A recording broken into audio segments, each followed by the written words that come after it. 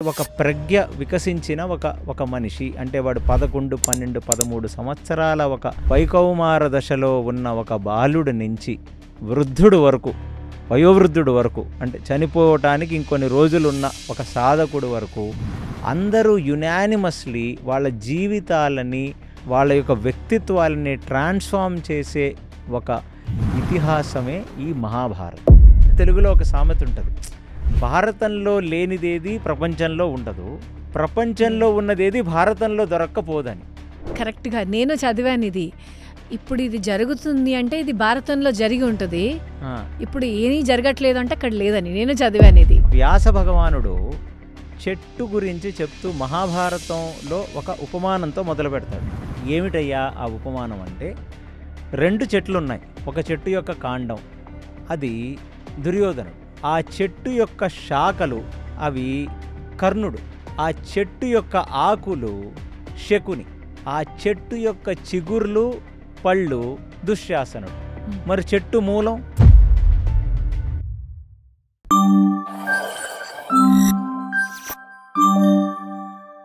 Welcome to KC talks.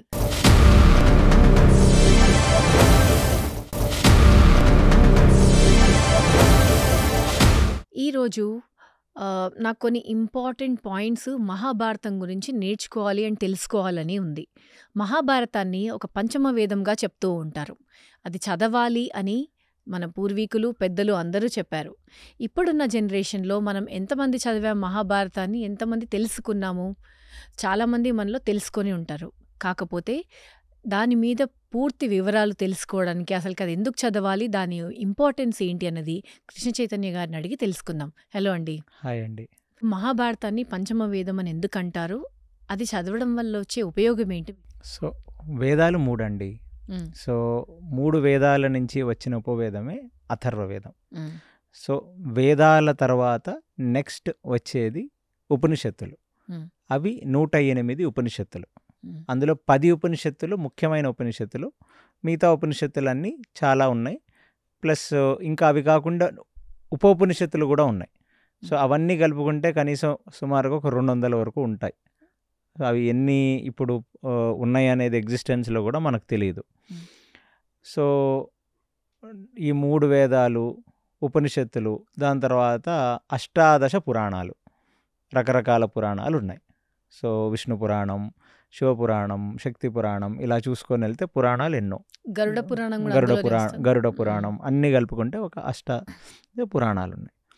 ఈ పురాణాల తర్వాత వచ్చేది ఏమిటయ్యా అంటే ఇతిహాసం. ఇతిహాసం అంటే సంస్కృతంలో దీని అర్థం ఏంటంటే అది అలాగ జరిగింది అని జరిగిన వ్యక్తి చూసి దాన్ని ధృవీకరించి దాన్ని రాశారు కాబట్టి ఇతిహాసం అయింది అది. సో ఇవి వేద, ఉపనిషత్, పురాణ ఇతిహాసాలు అనేది మన సనాతన ధర్మానికి ఒక కోర్ పిల్లర్స్ అన్నమాట. వీటన్నిటినీ సమన్వయం చేస్తూ వీటన్నిటి యొక్క సారాన్ని ఇచ్చేదే వేదాంత సూత్రం. సో ఒక సంప్రదాయం, ఇప్పుడు శంకర సంప్రదాయం, అది నిలబడాలి, అది అథెంటిక్ అనాలి అంటే వాళ్ళు ఒక వేదాంత సూత్రాన్ని రాయాలి. వేదాంత సూత్రం అంటే ఏంటి? అన్ని వేద, ఉపనిషత్, పురాణ ఇతిహాసాలన్నీ క్రోడీకృతం చేసి దాని ఎసెన్స్ని చేస్తే ఆ సంప్రదాయం ఒక బోనఫైడ్ సంప్రదాయంగా నిలబడుతుంది.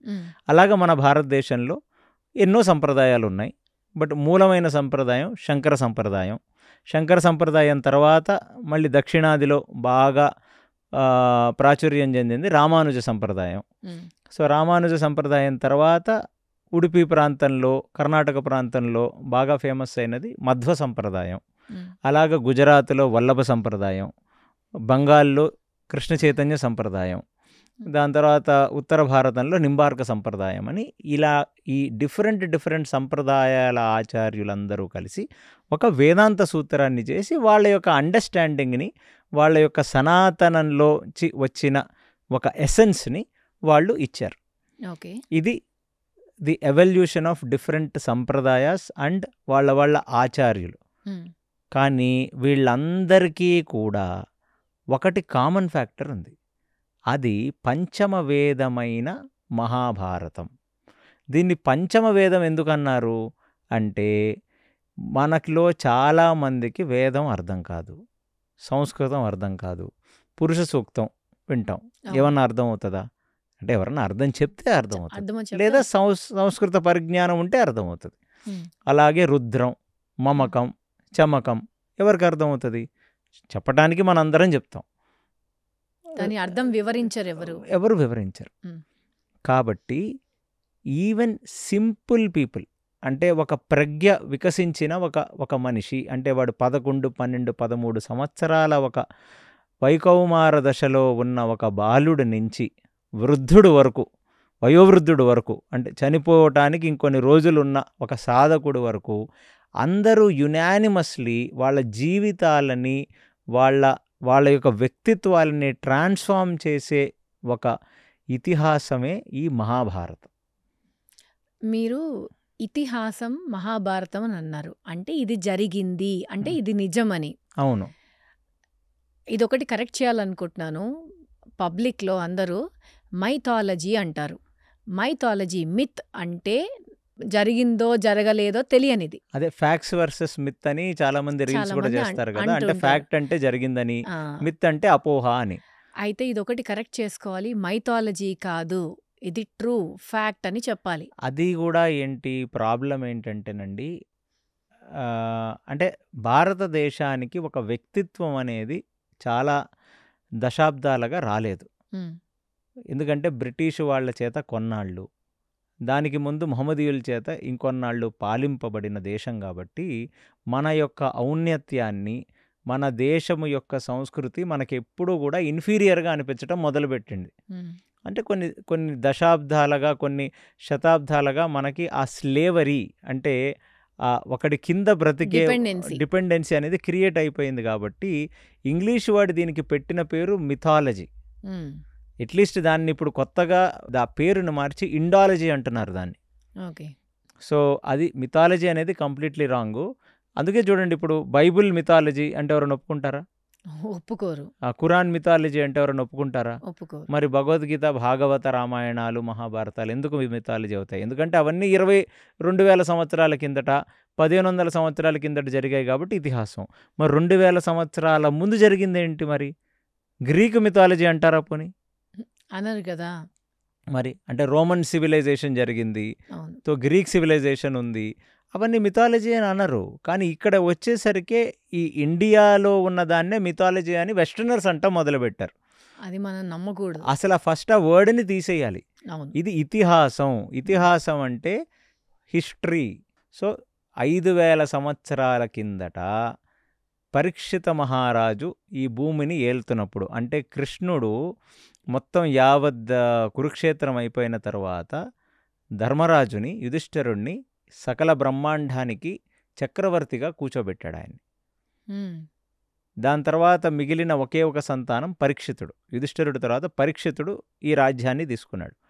ఆ పరీక్షితుడి టైంలోనే కలిప్రవేశం జరగటం, పరీక్షితుడు తక్షకుడు అనే సర్పం పరీక్షితుడిని చంపడం అనేది జరిగింది. సో పరీక్షుడు తర్వాత ఏమైంది? జన్మేజయుడు, పరీక్షితుడు, 4 కుమారులు ఈ భూమండలాన్ని 4 భాగాలుగా చేసి వాళ్ళు పాలించారు. అలాగని మనకు చరిత్ర చెప్తుంది. అవును. దాని తర్వాత ఇది ముందుకెళ్తూ వచ్చిందనమాట. సో మీరు 2000 సంవత్సరాల కిందట జరిగింది మిథాలజీ కానప్పుడు 5,000 సంవత్సరాలు అనేది ఒకటి ఉంటుంది కదా. ఇవాళ నుంచి 2000 సంవత్సరాల కిందట జరిగింది, ఇవాళ మనం ఉన్నాం, మనం 2000 సంవత్సరాల తర్వాత మనం ఒక హిస్టరీ. అవును, అంతే కదా. అలాగా 5,000 సంవత్సరాల కిందట కృష్ణుడు ఒక ఈ చక్రవర్తిని నియమించిన ఒక హిస్టరీ, ఇలాంటి ఒక ఎపిక్ మనం చదువుతున్నాం. దాన్ని పంచమ వేదం అని ఎందుకు అన్నారంటే, ఏమీ అర్థం కాని ఒక నార్మల్ మనిషి అయినా మహాభారతాన్ని చదవటం వల్ల జీవితం యొక్క సారం, జీవితం యొక్క ఎసెన్స్ అతనికి అర్థమవుతుంది అని ఆచార్యులు దీన్ని పంచమ వేదంగా పరిగణించారు. ఆ భగవద్గీత మహాభారతంలో ఒక భాగం. అవును, భగవద్గీత మహాభారతం జరుగుతున్నప్పుడే ఆ భగవద్గీత వచ్చింది. సో ఆ మహాభారతం అనే ఒక పెద్ద వాల్యూమస్ పుస్తకంలో ఒక భాగమే భగవద్గీత. మహాభారతం అనే ఒక పెద్ద వాల్యూమ్లో. సో అదే మన హిందువులందరికీ మూలం కదా భగవద్గీతనే. సో అది కూడా ఇందులో ఉండటం, విష్ణు సహస్రనామం అది మహాభారతంలో మహాభారతంలోనే ఒక- భీష్మ ఉవాచ అవన్నీ ఆ. సంజయ్ ఉవాచ అని చెప్తూ ఉంటారు అవును కదా, అది మ్మ్. ఒక భాగం. ఇలాంటివి ఎన్నో భాగాలు ఉన్నాయి మహాభారతంలో. సో మహాభారతం అనేది ఒక పెద్ద ఎపిక్ అండి.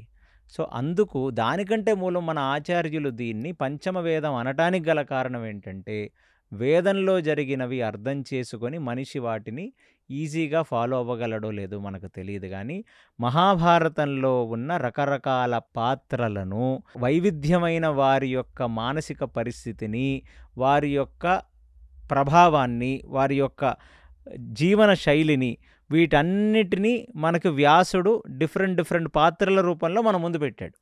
కొన్ని స్టోరీస్ వింటూ ఉంటే మన కర్మ ఫిలాసఫీ అంటాం కదా, ఆ ఏం చేస్తే ఎటువంటి కర్మ వస్తుంది, ఎలా చెయ్యకూడదు అని కూడా మహాభారతంలోంచి ఒక ఎసెన్స్ విత్డ్రా చేశారు. ఖచ్చితంగా. సో అది ఇవన్నీ అదే చెప్తుంది. అంటే వ్యాస మహర్షి చేసిన అద్భుతం ఏమిటంటే, డిఫరెంట్ పర్సనాలిటీస్ ఉన్న అన్ని క్యారెక్టర్స్ని మహాభారతంలో మనకు చూపించారు.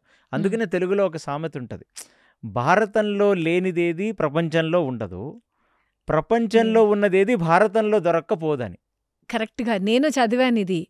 ఇప్పుడు ఇది జరుగుతుంది అంటే ఇది భారతంలో జరిగి ఉంటుంది, ఇప్పుడు ఏమీ జరగట్లేదు అంటే అక్కడ లేదని నేను చదివాను ఇది. Correct, Right. చాలా బాగా చెప్పారు. సో అది మహాభారతం ఎందుకు అంత ఇంపార్టెంట్ అంటే, మనకి చిన్న ప్రోజ్ లాగా అన్నమాట. పోయిటరీ అర్థం కాదు, అవును. ప్రోజ్ అర్థం అవుతుంది. మ్మ్. సో అలా ఒక ప్రోజ్ ద్వారా ఒక జీవితాన్ని మనం ట్రాన్స్ఫార్మ్ చేసుకోవచ్చు. అందుకనే మీకు వ్యాసుడు రాసిన మహాభారతంలో మీకు స్టార్టింగ్ ఎలా ఉంటుంది మహాభారతం అనేది నేను మీకు చెప్తాను. మ్మ్. మీరు నడుచుకుంటూ వెళ్తున్నారు, మ్మ్. చాలా ఎండ ఉంది, ఓకే, అది ఒక పెద్ద ఎడారి ప్రదేశమో లేదా పెద్ద ఓపెన్ ప్లేసో అనుకుందాం. ఓకే, ఓకే, విపరీతమైన ఎండ ఉంటే మీరు దేని గురించి వెతుక్కుంటారు? చెట్టు కోసం వెతుక్కుంటాం, నీడ. ఒక నీడ కోసం వెతుక్కుంటారు. మ్మ్. సో ఖచ్చితంగా అది ఒక నిర్మానుష్య ప్రాంతం కాబట్టి చెట్టు కిందనే సేద తీరుతారు కదా మీరు. అవును. అంటే చెట్టు నీడ అనేది మీకు ఎంత ఇంపార్టెంట్. అదే ఒక ఒక ఒక విపరీతమైన వర్షం పడుతుంది, మ్మ్. ఒక సిటీ లైఫ్లో మీరు వెళ్తున్నారు, మ్మ్. వెళ్తున్నప్పుడు అందరూ దేని కింద పరిగెడతారు? ఫ్లైఓవర్ ఫ్లైఓవర్ల కిందటో మెట్రోలకి షెటర్ కిందనో వెళ్తారు. వెళ్తారు కదా. మ్మ్. అదే ఒక ఊరు ప్రాంతంలో విపరీతమైన వర్షం పడుతుంది, మ్మ్. ఓకే, అప్పుడు మీరు ఎక్కడ పరిగెడతారు? చెట్టు కిందో ఎవరో ఇంటి కిందో ఎక్కడో వెళ్తారు, చెట్టు కింద. అంతే. చెట్టు కింద కదా. మ్మ్. సో చెట్టు నీడ అనేది ఎంత అవసరమో మీకు అర్థమవుతుంది ఈ రెండు ఉపమానాల్లో. మ్మ్. అలా వ్యాస భగవానుడు చెట్టు గురించి చెప్తూ మహాభారతంలో ఒక ఉపమానంతో మొదలు పెడతాడు. మ్మ్. ఏమిటయ్యా ఆ ఉపమానం అంటే, 2 చెట్లు ఉన్నాయి. మ్మ్. ఆ 2 చెట్లల్లో ఆ చెట్టు యొక్క కాండం, ఆ. ఒక చెట్టు యొక్క కాండం అది దుర్యోధనుడు. ఓకే. ఆ చెట్టు యొక్క శాఖలు బ్రాంచెస్. అవి కర్ణుడు. మ్మ్. ఆ చెట్టు యొక్క ఆకులు శకుని. మ్మ్. ఆ చెట్టు యొక్క చిగుర్లు పళ్ళు దుశ్శాసనుడు. మ్మ్. ఎందుకు అలా చెప్పాడు? అదే చెప్తాను. ఇది ఉపమానంతో మొదలు పెడతాడు ఇలాగా. ఆ. ఇదొక చెట్టు. మ్మ్. మరి చెట్టు మూలం అది ధృతరాష్ట్రుడు. ఓకే. ఇదొక చెట్టు. ఇంకొక చెట్టు గురించి వ్యాసుడు చెప్తున్నాడు. మరొక చెట్టు ఉందట, మ్మ్. దాని కాండం పాండురాజా. యుధిష్ఠిరుడు. వాటి యొక్క కొమ్మలు భీముడు. ఓకే. వాటి శాఖోపశాఖలుగా విడిపోయి కొమ్మలు విడిపోతాయి చూసారా, అవును. అవన్నీ అర్జునుడు. మ్మ్. మరి దాని యొక్క చిగుళ్ళు, దాని యొక్క ఫలాలు నకుల సహదేవులు. మ్మ్. మరి దాని మూలం శ్రీకృష్ణ పరమాత్మ. ఓహో. వ్యాసుడు మహాభారతం ఎవ్వరు ఒక 10 పేజీలు చదివినా, అది ఏ వాల్యూమ్ పుస్తకం అన్నా, ఆంధ్ర మహాభారతం మ్మ్. తెలుగు వాళ్ళు చదువుకునేది మహాభారతం చదివినా, గీతా గోరఖ్పూర్ వారు రాసిన ఆ వ్యాస భారతం అనువాదం జరిగిన ఈ పోలిక వాళ్ళకి ఫస్ట్ 10 పేజెస్లోనే ఈ పోలిక వచ్చేస్తుంది. మ్మ్. అంటే వ్యాసుడు ఏంటంటే ఆ పుస్తకం లోపలికి వెళ్ళే ముందు దాన్ని ఏమంటారు, పుస్తకం ముందు ఒకటి ఉంటుంది కదా, ప్రిఫేస్ అని, ప్రిఫేస్ ఉంటుంది. అలాగా ఇది రాశాడు ఈ ఉపమానం. ఓ. ఈ 2 చెట్లు ఉన్నాయి. మ్మ్. ఈ 2 చెట్లలో ఏ చెట్టు నీడలో నువ్వు బ్రతకాలనుకుంటున్నావో నువ్వు నిర్ణయించుకో. నేను మూలం శ్రీకృష్ణుడు ఉన్నదే ఎంచుకుంటారు. అది మీరు ఎంచుకుంటారా? అది ఎలా ఎంచుకుంటున్నారు? ఇవాళ చాలామంది ఆ. కర్ణుడిని హీరోగా చూపిస్తున్నారు కదా! అంటే వ్యాస మ్మ్. భగవానుల వారు ఎందుకు మహాభారతం అనేది పంచమ వేదం ఎందుకు? అది ఒక మనిషి జీవితాన్ని ఎలా ఉద్ధరిస్తుంది అనేది కదా మీ క్వశ్చన్. అవును. దానికి నేను చెప్తుంది ఆయననే ఆ క్వశ్చన్కి ఆన్సర్ ఇచ్చేశారు. ఆ. 2 చెట్లు ఉన్నాయి, నువ్వు పరిగెడుతున్నావు, మ్మ్. ఒక చెట్టు చాలా దృఢంగా, చాలా మూలాలు గట్టిగా, పెద్ద వటవృక్షంలాగా ఉంది. ఆ చెట్టు కింద వెళ్ళావా ఎండ నుంచి సేద తీరుతావు, వాన నుంచి సేద తీరుతావు. ఆ. ఇంకొక చెట్టు ఉంది, అదో రకంగా ఉంది, అది నేను ఎంత ప్రొటెక్ట్ చేస్తుందో నీకు తెలియదు. ఆ. అలాగా ఈ 2 వృక్షాల గురించి చెప్పాడు ఆయన. ఓకే. చెప్పి ఇప్పుడు ఈ కథ మొదలు పెడదాం, ఇక లోపలికి వెళ్దాం ఆ. మహాభారతంలోకి అంటాడు ఆయన. అంటే ఇప్పుడు ఒకప్పుడండి మన యొక్క అంటే వాళ్ళు మంచి చెడు చెప్పటం కన్నా ఉపమానాల ద్వారా వాళ్ళు చెప్తారు ఋషులు. నువ్వు ఇప్పుడు మీరేమంటారు, మీ అబ్బాయికి ఇది ఇలాగే చెయ్యి అంటారు. ఒక ఒక ఒక వ్యక్తిత్వం వచ్చిన తర్వాత ఒక మనిషికి ఇది నువ్వు ఇలాగే చెయ్యి అని చెప్పరు. అందుకనే 16-18 సెట్ బై సంవత్సరాల ఎగ్జాంపుల్ అంటారు కదా. Set an example. సో అలా 16-18 సంవత్సరాల తర్వాత ఒక తండ్రి కూడా ఒక కొడుకుతో మిత్ర స్వభావం కలిగి ఉండాలి. అంతేగాని తండ్రిని కొడుకుని డామినేట్ చేస్తూ నువ్వు ఇదే ధోరణిలో వెళ్ళాలి, నువ్వు ఇది ఇలాగే చెయ్యాలి అని చెప్పరు. చెప్పడం అనేది మన సంస్కృతి కాదు. అదే. ఇండిపెండెన్స్ అనేది మన సంస్కృతి, సనాతన ధర్మం ఇచ్చే అంత ఇండిపెండెన్సు బయట ఏ అబ్రహామిక్ రిలీజన్స్ ఇవ్వదండి. ఇదే దేవుడు, ఈ దేవుణ్ణే నమ్ము అని ఎవరు చెప్పరు. సనాతన ధర్మానికి ఉన్న ఔన్నత్యం అలాంటిది. అవును. Set an example. అందుకనే వ్యాస భగవానుల వారు ఏం చేశారంటే, ఈ 2 చెట్లు ఉన్నాయ్యా, ఈ 2 చెట్లలో ఏ చెట్టు నీడలో నువ్వు బ్రతుకుతావో నువ్వు నిర్ణయించుకో మహాభారతం చదివి మ్మ్. అని. ఇప్పుడు ఆ మహాభారతం మొత్తం ఈ ఈ ఇప్పుడు చెప్పిన ఈ పంచపాండవులు, కృష్ణుడు ఒక పక్కన, దుష్ట చతుష్టయాలు, ధృతరాష్ట్రుడు ఒక పక్కన, వీటి మధ్యన జరిగే ఒక ఎంటైర్ హిస్టరీయే ఈ మహాభారతం. మ్మ్. వీటిలో ఎవరు ఎలా బ్రతికారు, దుర్యోధనుడు ఎలా బ్రతికాడు, మ్మ్. వాడిలా నువ్వు బ్రతకచ్చా బ్రతకకూడదా, కూడదా. కర్ణుడు ఎలా బ్రతికాడు, వాడిలా నువ్వు బ్రతకచ్చా వాడిలా బ్రతకకూడదా, బ్రతుకుతే ఏమవుతుంది, వాడిలా బ్రతికితే నీకేమవుతుంది. ఏమవుతుంది, ఎటువంటి కర్మ వస్తుంది. తర్వాత శకుని, మ్మ్. వాడిలాగా ఆలోచించచ్చా ఆలోచించకూడదా, దుశ్శాసనుడు, వాడిలా ప్రవర్తించచ్చా ప్రవర్తించకూడదా, ఆ చెట్టు యొక్క మూలమైన ధృతరాష్ట్రుడు అతనిలాగా ఉండచ్చా ఉండకూడదా. ఆ. ఇది ఆ చెట్టు యొక్క మూలం. లేదు, నేను మొత్తం మహాభారతం చదివానయ్యా, నేను మాత్రం దుర్యోధనుడికి, ధృతరాష్ట్రుడికి, కర్ణుడికే నేను హీరోలాగా అనుకుంటానంటే అవ్వు, నష్టమే ఉంది. దానికి కర్మఫలం అనుభవించేది అతను కదా. వాళ్ళు కూడా వాళ్ళ కర్మఫలాన్ని అనుభవించిన వాళ్ళే. అదే.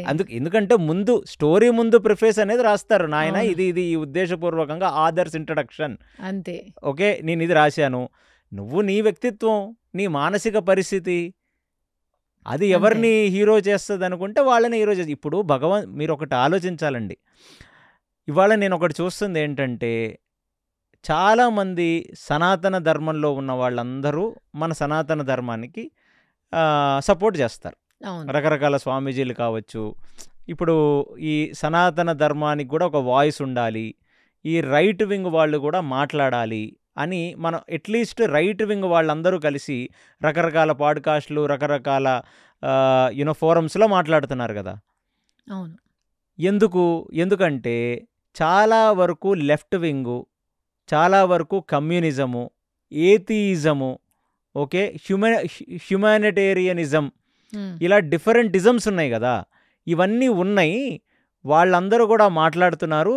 మనం చాలా సంవత్సరాలుగా మనం మాట్లాడలేదు, ఇప్పుడు మనం మాట్లాడదాం అని వీళ్ళు అనుకుంటున్నారు, మ్మ్. ఈ సనాతన ధర్మానికి సంబంధించిన వాళ్ళు, రైట్ వింగ్కి సంబంధించిన వాళ్ళు. కానీ చరిత్ర వెనక్కి చూస్తే అసలు మన చరిత్రలో లేని ఇజమ్స్ లేవు. కమ్యూనిజం అదేదో కొత్తగా ఇప్పుడు పుట్టుండొచ్చు, కానీ ఆ ఆలోచన మహాభారతంలో మీకు కనబడుతుంది. మ్మ్. ఇదే హ్యుమానిటేరియనిజం, మానవతావాదులం మేమని చెప్పుకునేవాళ్ళు, అలాంటి మానవతావాది సిద్ధాంతము అక్కడ కనబడుతుంది మహాభారతంలో. మ్మ్.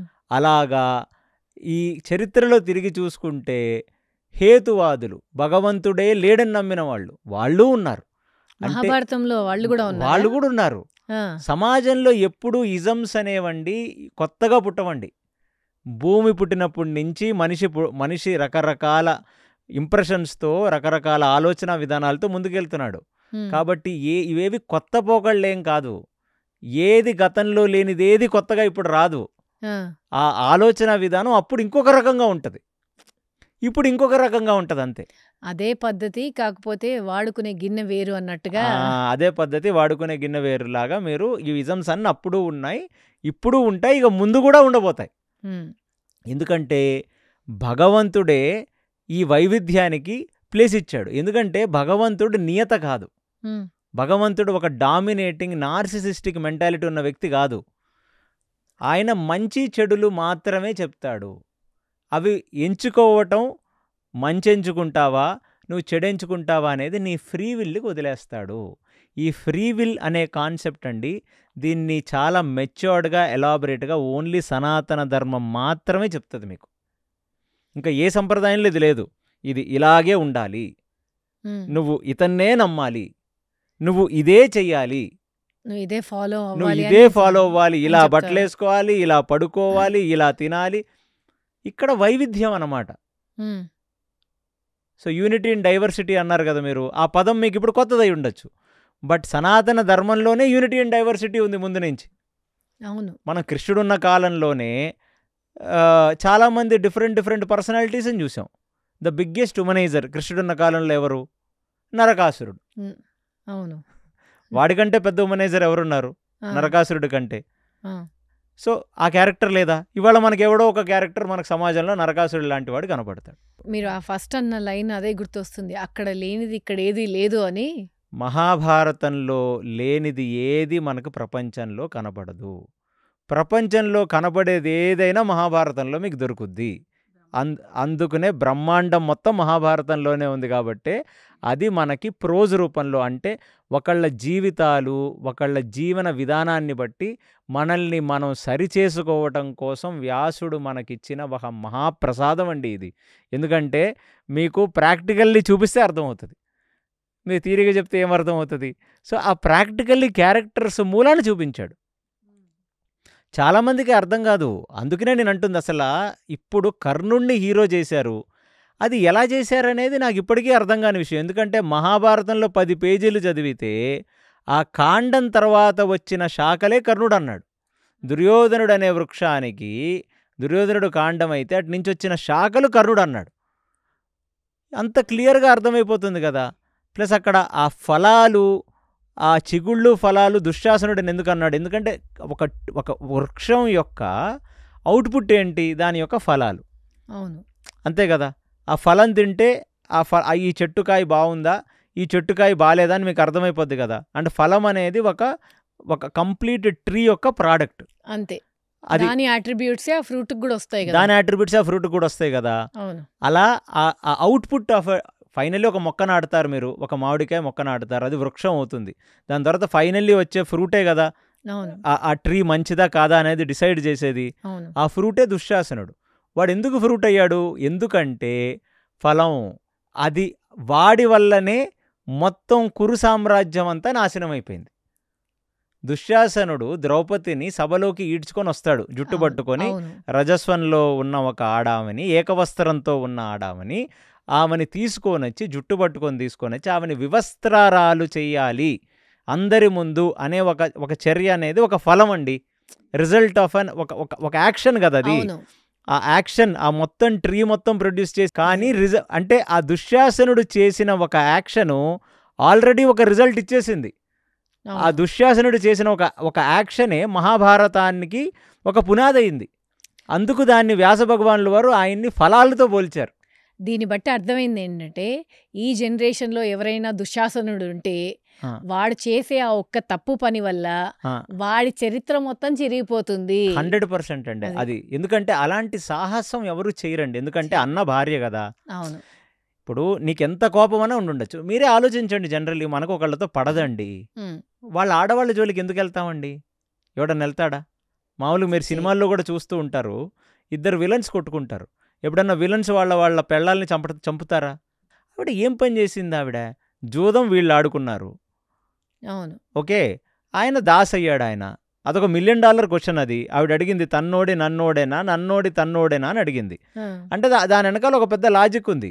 ఆయన ఆల్రెడీ ఓడిపోయాడా? ఓడిపోతే ఇంకా నన్నెలా పెట్టగలడు? పెట్టలేడు. లాజిక్. లేదా నన్ను పెట్టి ఆయన ఓడాడా కొంపదీసి అని అడిగింది. అడిగితే దానికి ఆన్సర్ ఎవరిచ్చారు అనుకున్నారు మీరు? ఎవరిచ్చారు? కర్ణుడిచ్చాడు దానికి ఆన్సర్. అదేదో పిల్లి ఎలక సాక్ష్యం లాగా. అంటే కర్ణుడు అనేది ఏంటి? అసలు అదంతా ఇర్రిలవెంట్ క్వశ్చన్ అక్కడ. అంటే అతను మహాభారతంలో అతను ఆ క్యారెక్టర్ డీకోడింగ్ అని మనం చేసినప్పుడు మనం చెప్పుకోవాలి కాబట్టి చెప్తున్నాను మీకు. అక్కడ కర్ణుడు ఏమంటాడు? ఫస్ట్ ఏంటంటే ఈ సన్నివేశం అనేది ఎందుకు ఇంపార్టెంట్ అంటే అక్కడ మనం దుశ్శాసనుడు ఆ చెట్టు వృక్షం యొక్క ఫలం అని మాట్లాడుకుంటున్నాం మనం. ఆ ఫలమే కదా రిజల్ట్. ఆ ఫలం తింటేనే కదా మీకు తెలిసేది ఆ వృక్షం గొప్పతనమా. ఒక్కొక్క చెట్టు పండు ఎంత బాగుంటుందంటే అది ఒక సామెత ఉంది.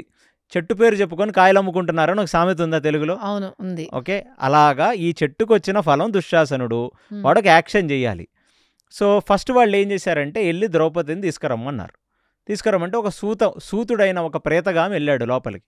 వెళ్తే ద్రౌపది చాలా డీసెంట్గా అడిగింది, మిమ్మల్ని తీసుకురమ్మంటున్నారమ్మా సభలో కంటే. ఆమె అడిగింది ఎందుకంటే ఇలా మీ వాళ్ళు మిమ్మల్ని అంటే జూదంలో పోయింది, మీ వాళ్ళ మొత్తం ఆస్తి పోయింది, సో మిమ్మల్ని తీసుకురమ్మంటున్నారంటే ఆమె అడిగింది తన్నోడే నన్నోడేనా, నన్నోడి తన్నోడేనా అని అడిగింది. అడిగితే అతను గ్రేస్ఫుల్లీ వచ్చి ఏం చెప్పాడు ప్రేతగామనే అతను, లోపల ద్రౌపది క్వశ్చన్ అడిగిందండి అని. ఇమీడియట్లీ దుర్యోధనుడు ఏమన్నాడు? ఆ చిచ్చి వీడు అసలు పనికిరాడు, వీడు ఒక అక్కడ అంటే సినిమా వాళ్ళు చూపించింది ఏంటంటే దుర్యోధనుడు ఏదో పెద్ద హ్యూమనిటేరియన్, సూతకులంలో పుట్టిన కర్ణుడికి రాజ్యం ఇచ్చాడని కదా చూపించేది వీళ్ళు. కానీ వాడక్కడ మాట్లాడే మాట ఒక సూతుడిని తిడతాడు, సూతు అని తిడతాడు అనమాట. తిట్టి నువ్వు కూర్చో, నువ్వు సూతుడివి, నువ్వు వెళ్తే ఇలాగే చేసుకొని వస్తావు, దుశ్శాసన నువ్వు వెళ్ళి తీసుకురమ్మంటాడు. సో దుశ్శాసనుడు వెళ్ళి ఈడ్చుకొస్తాడు, రాననుకున్న ఆడామని ఈడ్చుకొస్తాడు. అది కరెక్టా? తప్పు. పెద్ద పెద్ద డైలాగులు వేస్తారు కదా సినిమాల్లో, ఒక అమ్మాయి కాదు అంటే దాని అర్థం కాదు అని ఆ పింక్ సినిమా నుంచి డైలాగ్ స్టార్ట్ అయింది. ఓకే. తెలుగు వాళ్ళు కూడా ఇప్పుడు సినిమాల్లో వేస్తున్నారు కదా. ఆవిడ రావటం ఇష్టం లేక ఒక పద్ధతిగా ఒక క్వశ్చన్ అడిగింది. ఒకటి నువ్వు క్వశ్చన్కి ఆన్సర్ చెప్పి తీసుకుపోవాలి, అంతేగాని ఈడ్చుకు రావటం ఏంటి? ఈడ్చుకొచ్చాడు. అప్పుడు వికర్ణుడు లెగిశాడు, వాళ్ళల్లో ఒకడు ఆ 100 మందిలో లెగిసి ఇది ఒకసారి ఆలోచించాలన్నయ్యా, నువ్వు చేస్తుంది కరెక్ట్ కాదు అని. అప్పుడు అక్కడ మాట్లాడిన వాడు కర్ణుడు. వరే వికర్ణ, నువ్వు ఏం మాట్లాడుతున్నావు? నువ్వు వయసు తక్కువ, మాటలు ఎక్కువ. ఇంతమంది జ్ఞానులు ఉన్నారు ఈ సభలో, వాళ్లే ఏమి చెప్పట్లేదు, వాళ్లే ఏమి మాట్లాడట్లేదు, ఎవరివి నువ్వు పిల్లబచ్చావి, నువ్వు కూర్చోమంటున్నాడు అని. భీష్ముడు లాంటి వాడే ధర్మం చాలా సూక్ష్మమైనది, నాకు ఆలోచించాలి, నాకు తట్టట్లేదని చెప్తాడు భీష్ముడు. ఎందుకంటే ఆవిడ అడుగుద్ది భీష్ముడు ఇది ఎలా ధర్మం అని. ఎందుకంటే వాళ్ళు స్లేవ్స్ అయిపోయారండి. పాండవులు టెక్నికల్లీ స్లేవ్స్ అయ్యారు. స్లేవ్స్ అయితే వాళ్ళు కూడా స్లేవ్స్ అయిపోతారు కదా. అప్పుడు ఒక స్లేవ్ని వాళ్ళు ఎలాగైనా ట్రీట్ చేయొచ్చు అనేది, అంటే ఒక ఉమెన్ని ఆబ్జెక్ట్ లాగా ట్రీట్ చేయొచ్చు అనే ఒక నీచమైన బుద్ధిలో ఉన్నారు వాళ్ళు. అందుకనే అది అంత ఈజీ అయితే ఒక ధృతరాష్ట్రుడు, ఒక ద్రోణాచార్యుడు, ఒక భీష్ముడు ఎందుకని దాన్ని ప్రతిఘటించలేదు? ఎందుకంటే వాళ్ళందరూ ఆలోచిస్తున్నారు, అంటే వాళ్ళు ఒక షాక్లో ఉన్నారు. టు బి ఆనెస్ట్, ఇది ఎవరికి నచ్చలేదో వాళ్ళు వాకౌట్ చేసి వెళ్ళిపోయారు. బట్ అక్కడ వికర్ణుడు అడిగిన ప్రశ్న ఇది మళ్ళీ ఆలోచించాల్సిన ఒక విషయము. మనం ఇలాంటి ఒక చర్య చెయ్యకూడదేమో, ఆలోచించన్నయ్యా అని చెప్పినప్పుడు దానికి జస్టిఫికేషన్ కర్ణుడు ఇస్తున్నాడు. పెద్దోళ్లే మాట్లాడట్లేదు ఇంత పెద్ద సభలో, నువ్వేమో పిల్లబచ్చావి, నువ్వు మాట్లాడుతున్నావు, ఏదో పెద్ద తెలివిగల్లవాడు అని మాట్లాడుతున్నట్టున్నావు, నీకు అసలు ఏ తెలివి లేదంటున్నాడు వికర్ణుణ్ణి. అని ఏమంటున్నాడు? అక్షరాల న్యాయం ఇది. ఆమె ఏమన్నా కులస్త్రీ ఏం కాదు, ఆమెమి పతివ్రతా శిరోమణేం కాదు, 5గురికి భార్య. 5గురికి భార్య అయిన ఆవిడ ఒక వేశ్యతో సమానం. అలాంటి ఒక మనిషిని మనం ఎలాగైనా ట్రీట్ చేయొచ్చు, తను ఒక స్లేవ్. అండ్ అలాంటి మాటలు మాట్లాడిన కర్ణుడిని హీరో అంటున్నారు జనాలు. మరి అది అంటే 2 విషయాలండి. మహాభారతంలో ఫస్ట్ 10 పేజీలు చదివితే వృక్షంతో పోల్చాడు వ్యాసుడు. అక్కడ ఆయన మాట్లాడిన మాటలు చెప్తున్నాను నేనేమీ దీన్ని అద్భుతకరించి చెప్పట్లేదు, ఎగ్జాజరేట్ చేసి చెప్పట్లేదు మీకు. ఇది ఉన్నది ఏంటి, అక్కడ సిచ్యువేషన్కి జరిగింది ఏంటి, అది కర్ణుడు అదే చెప్పాడు. చెప్పకపోగా అలాంటి ఒక ఆడామని మనం ఎలాగన్నా వాడుకోవచ్చు అంటున్నాడు రామచంద్ర. సో ఎలాగన్నా వాడుకోవచ్చు అంటే చాలా హేయమైన పదజాలం అది అతను మాట్లాడుతున్నది. 2, అసలు టు బీ వెరీ ఆనెస్ట్, ఈ ఇన్సిడెంట్లో నాకు కనీసం దుర్యోధనుడి మీద కొంచెమైనా ఒక పాజిటివ్ కార్నర్ అన్న ఉంది. ఎందుకంటే దుర్యోధనుడు ఇవన్నీ చూస్తున్నాడు. వాడంతటి వాడికి రాలా దుర్యోధనుడికి ఆలోచన. దుర్యోధనుడు నిజంగా చెప్పాలంటే ఆవిడ్ని తీసుకురావాలి అంటే తీసుకురావచ్చని వచ్చి ఉండొచ్చేమో, కానీ వివస్త్రురాలిని చేసి సభలో నిలబెడదామన్న ఐడియా మాత్రం దుర్యోధనుడికి రాలేదండి. ఏదో హ్యూమిలియేట్ చేసి వదిలేసి ఉండొచ్చు దుర్యోధనుడు. ఇవన్నీ వీడు ఎక్కించి చెప్తుంది పక్కన నుంచి కర్ణుడు. 5గురికి భార్య అయిన వ్యక్తి ఒక పతివ్రత శిరోమణి కాదు. బందకి అని యూజ్ చేశారు సంస్కృతంలో. బందకి అంటే బేసికల్లీ మీకు అర్థం కావాల్సింది ఏంటంటే, మీకు మంగళ్ పాండే అని ఒక సినిమా వచ్చింది, అందులో రాణి ముఖర్జీ ఒక స్లేవ్. ఆడవాళ్ళని స్లేవ్స్లా చేసి సెక్స్ స్లేవ్స్ లాగా అమ్ముతుంటారు. వాళ్ళని డబ్బున్న వాళ్ళు కొనుక్కుంటారు వాళ్ళని. అలాగా అంటే అది రీసెంట్ మూవీ కాబట్టి, అంటే 1857 ఎప్పుడో సిపాయి మ్యూటినీ జరుగుతున్న కాలంలో చూపించారు. అలాగా ఫారెన్ కంట్రీస్లో స్లేవరీ అనేది చాలా గట్టిగా ఉండేది. ఎవరన్నా చరిత్ర తెలుసుకున్న వాళ్ళకి తెలుసు. మన భారతదేశంలో స్లేవరీ చాలా తక్కువ, ఇప్పుడు లేదు, చాలా తక్కువ ఉంది. కానీ ప్రపంచ దేశాల్లో స్లేవరీ చాలా ఎక్కువ ఉండింది. అలాగ ఒక స్లేవ్, బందకి అంటే అక్కడ అర్థం అది, ఆవిడ ఒక స్లేవ్. లేకపోతే ఒక ఆడదాని బట్టలు ఎందుకు తీసేస్తారండి? ఇవాళ జరుగుతున్న ఈ కాన్స్టిట్యూషనల్ ఇప్పుడు ఫ్రేమ్వర్క్లో ఒక ఆడదాని ఇంటిగ్రిటీని మనం ఇంత ప్రొటెక్ట్ చేస్తామే, మరి రాజరిక మర్యాదలు ఉన్న కాలంలో ఆవిడ ఏమి నార్మల్ ఆడామ కాదే, పాండవుల భార్య, సొంత అన్న భార్య అండి, వదినతో సమానం ఆవిడ. ఎక్కడన్నా వదిన, తల్లి కాకపోయినా వదిన తల్లిలా చూసుకునే సంస్కారం ఇప్పుడు లేదు, అప్పుడుంది.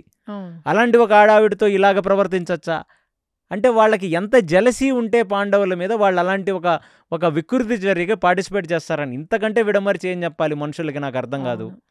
అలాగా ఆ విషయాన్ని ఇంకా ఎలాబొరేట్ చేసి ఆ యజ్ఞంలో నెయ్యి పోసినట్టుగా పక్కన నించొని కర్ణుడు జస్టిఫై ఇస్తున్నాడు. అలాంటి ఆడవని ఎలా ట్రీట్ చేయాలి? బట్టలు ఒలిసేయండి.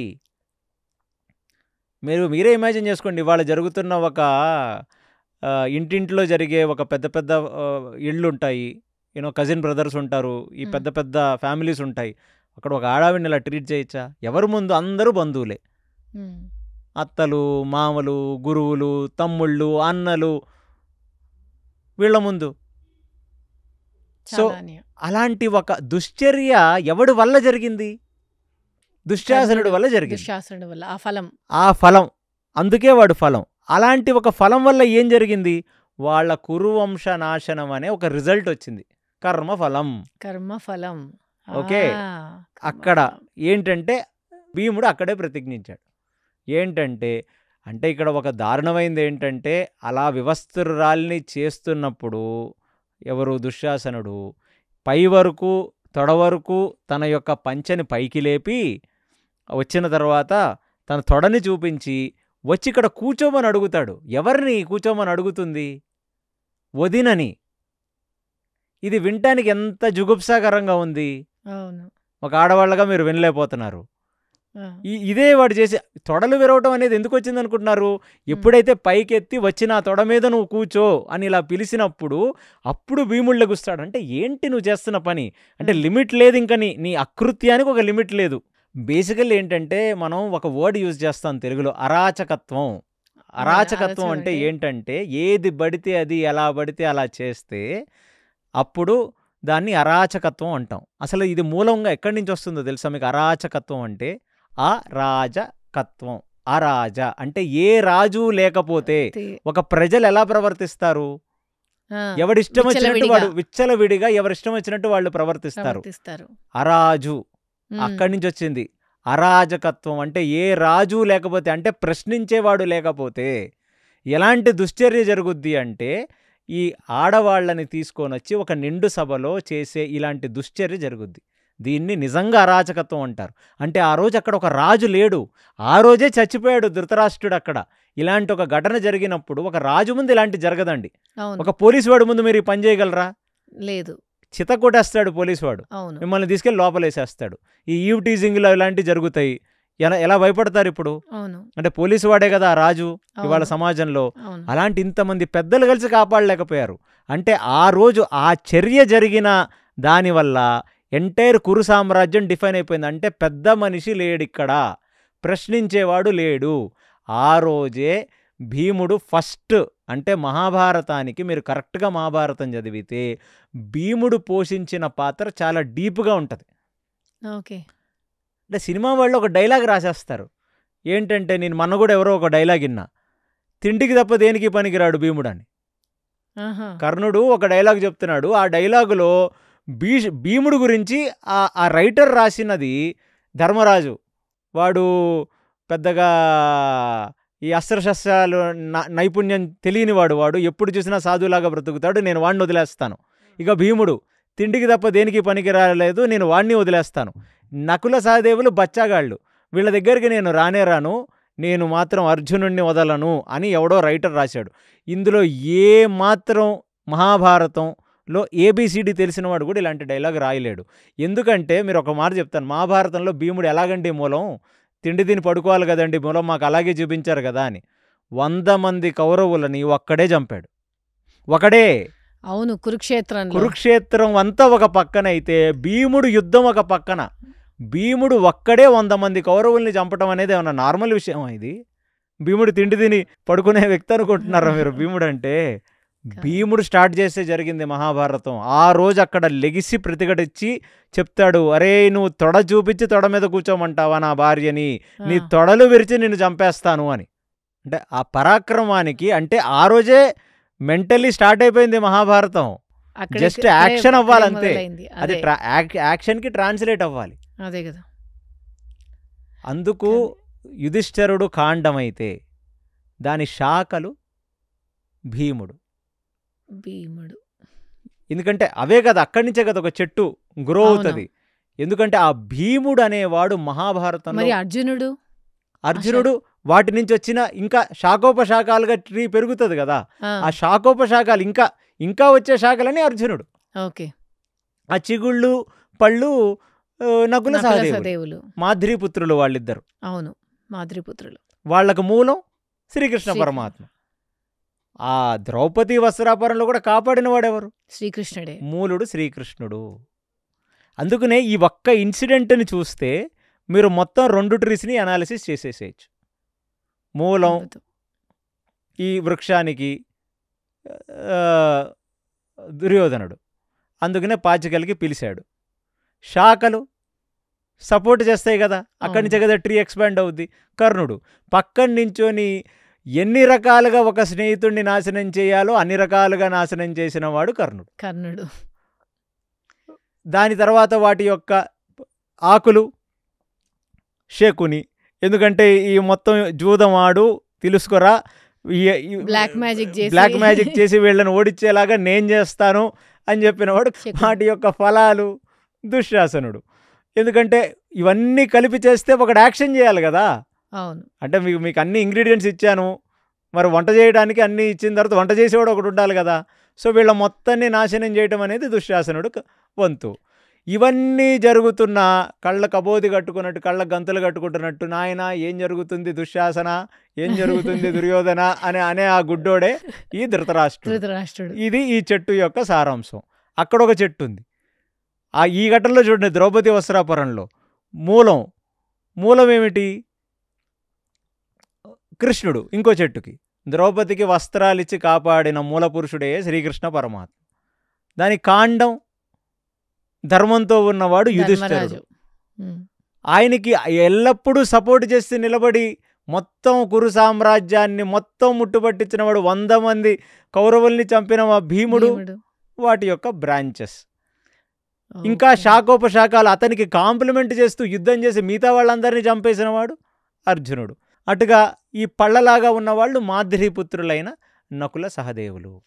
సో ఈ బేసిస్ మీద జస్ట్ పబ్లిక్ని చదవాలి అంటే మహాభారతాన్ని ఈ అనాలిసిస్ చేసుకొని చదివి వాళ్ళ కర్మఫలాన్ని వాళ్ళు రచించుకోవాలన్నమాట. అంటే ఇన్స్టెంట్ కర్మ స్పీక్స్ ఇలాగ చాలా రీల్స్ షార్ట్స్ మనం చూస్తుంటాం. అవును. సో అలాగా ఇలా ఏ కర్మలు చేస్తే ఎలా మీ జీవితం ముందుకెళ్తుంది అనేది చదువుకోవటానికి వ్యాసుల వారు రకరకాల ఇన్స్టెన్సెస్ ద్వారా మొత్తం మహాభారతాన్ని అన్నీ చేసి, అంటే నేను మీకు ఒక్క ఘటనతో ఈ చెట్ల గురించి చెప్పా. ఈ చెట్టుని మీరు ఏ ఘటనలతో అన్నా కంపేర్ చేసుకోండి, జరుగుతున్న ప్రతి ఘటన ముందుకెళ్తున్నప్పుడు మీకు అర్థమైపోతుంది. అలాంటిది ఆయన ఏం చెప్తున్నాడు, ఏ చెట్టు కింద కూర్చొని నీడ తీసుకుంటావో అది నువ్వు. నీకు దుర్యోధనుడు, దుశ్శాసనుడు, శకుని, కర్ణ నచ్చారనుకో, నువ్వు వాళ్ళ జాతికి సంబంధించిన వ్యక్తివి. అంతే. నీకు వీళ్ళు నచ్చారనుకో, నువ్వు నీ సద్గతి, నీకు వాళ్ళ గతి ఎలా పట్టిందో నీకు అలాగే సద్గతి పడుతుంది. వీళ్ళలా ఉంటే వీళ్ళలాగా అధోగతి పడుతుంది నీకు. అంతే. సింపుల్. ఇక్కడ అక్కడితో చాప్టర్ క్లోజ్ అయిపోయింది. ఇక్కడ అసలు ఈ ఎంటైర్ ఇంటర్నెట్లో కూర్చొని కర్ణుడు గొప్ప, అసలు ఇంకా దౌర్భాగ్యం ఏంటంటేనండి, మహాభారతంలో కర్ణుడిని సపోర్ట్ చేసడం అనేది సినిమా వాళ్ళు ఏదో మధ్యలో ఒక పిచ్చి సినిమా వల్ల జరిగింది. కానీ ఈ మధ్య నేను రావణాసురుడు అంటే నాకు ఇష్టం అని చెప్పే సినిమా వాళ్ళని చూశాను, ఒకళ్ళిద్దరిని. రావణాసురుడా? అంటే తమిళనాడులో లంగేశ్వరన్ అలా పేర్లు పెట్టుకుంటారని తెలుసు. నేనేమనుకున్నానంటే అదంతా ద్రవిడ సామ్రాజ్యం కాబట్టి విభీషణ పాలన, ఎక్కడో అక్కడ ఏ శ్రీలంకకి బాగా అఫిలియేషన్ ఉండి లంగేశ్వరన్ అని పెట్టుకున్నారు అనుకున్నాను. కానీ భారతదేశంలో ఎవడన్నా పెట్టుకుంటాడా అండి? ఎవరు పెట్టుకోరు. రాక్షసుల పేర్లు ఎవరు పెట్టుకుంటారు? రాక్షసుల పేర్లు ఎవరు పెట్టుకుంటారు? అసలు ఆ మాటకు వస్తే నాకు ఇంకొక పెద్ద జోక్ ఏంటంటే, కర్ణుడు అనే పేరు ఎవరిదో నిన్నారా మీరు? కర్ణ అని ఎవరన్నా తెలుగుడు పెట్టుకోవటం. నార్త్ ఇండియాలో చాలా మంది కరణ్స్ ఉన్నారు, ఎందుకు పెట్టుకున్నారో వాళ్ళకే తెలియాలి. అది కూడా రీసెంట్ డెవలప్మెంటే, ఈ లాస్ట్ 30 years డెవలప్మెంట్ అది. బిఆర్ చోప్రా తీసిన మహాభారతం చూసి కొంచెం, కానీ బిఆర్ చోప్రా మహాభారతంలో కర్ణుడు నేను అంత గొప్పగా ఏం చూపించలేదు. కొన్ని చోట్ల అతని దోషాలు చూపించారులేండి. కానీ అది కరణ్ అర్జున్ సినిమా వల్ల కరణ్ అనేది ఏదో కొత్తగా ఉందని పెట్టుకున్నారు. సో ఓవరాల్గా నేను చెప్పేది ఏంటంటే, మహాభారతం పంచమ వేదం ప్రతివాడికి ఈజీగా అర్థమవుద్ది. ప్రతివాడు వాడి జీవితంలో ఎవరిలాగా ఉండాలో ఎవరిలాగా ఉండకూడదో చాలా ఈజీగా తెలుసుకుంటాడు ఈ పాత్రల్ని చదివి. మరి అంత పెద్ద ఇతిహాసం కదా, ఇప్పుడున్న జనరేషన్లో పిల్లలకు కూడా నేర్పించాలి అంటే వాళ్ళు అంత చదివే ఓపిక ఉంటుందంటారా? నేను అనుకుంటుంది ఏంటంటే, ఇప్పుడు పిల్లలకి నాకు తెలిసి మన వాళ్ళు అంటే మన ముందు జనరేషన్ కంటే కొంచెం బాగా ఇన్ఫర్మేషన్ వస్తుంది వాళ్ళకి. నా చిన్నప్పుడు నేను నిజంగా కర్ణుడు హీరో అనుకున్నాను. ఎందుకంటే మనకి మన నాలెడ్జ్ సోర్సెస్ ఆఫ్ ఇన్ఫర్మేషన్ తక్కువ కదా.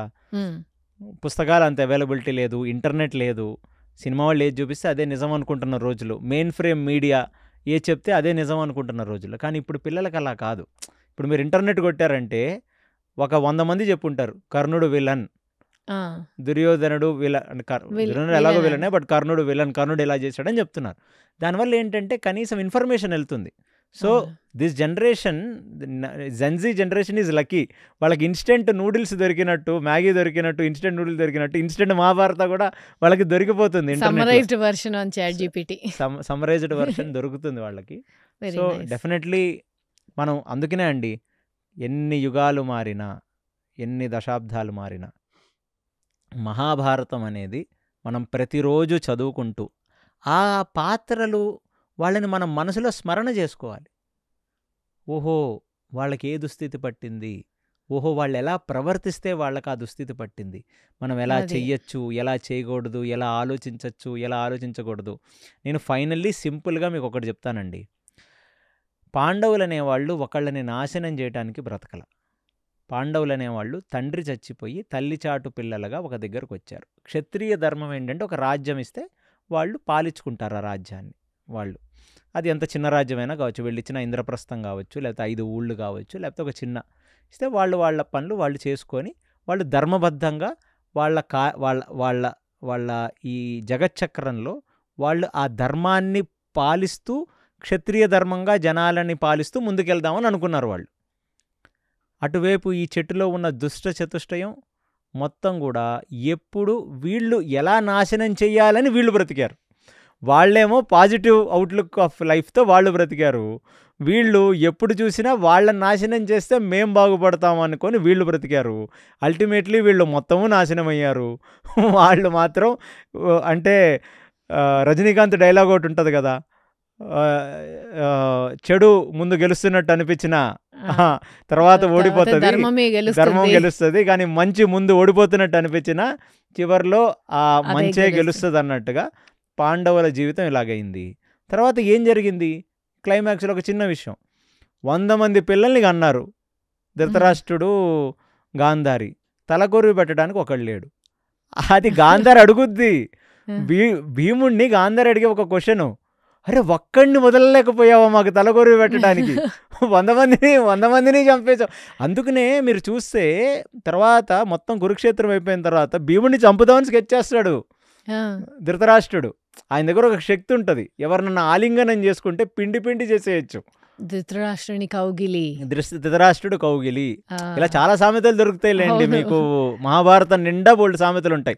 అవన్నీ మన నిజ జీవితంలో వాడుకోవటానికి, నిజ జీవితంలో పనికొచ్చేవి అవి వచ్చినాయి అన్ని సామెతలన్నీ మహాభారతం నుంచి.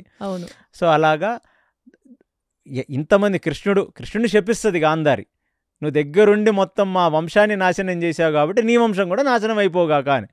కృష్ణుడేం బాధపడలేదే, మహాపతివ్రతామ, మొగుడికి కళ్ళు కనపడలేదని తను ఎప్పుడు ప్రపంచాన్ని చూడలేదు. మహాపతివ్రతవమ్మ నువ్వు, నీ మనసు క్షోభించుంటుంటే నీ శాపం ఫలించుగాక.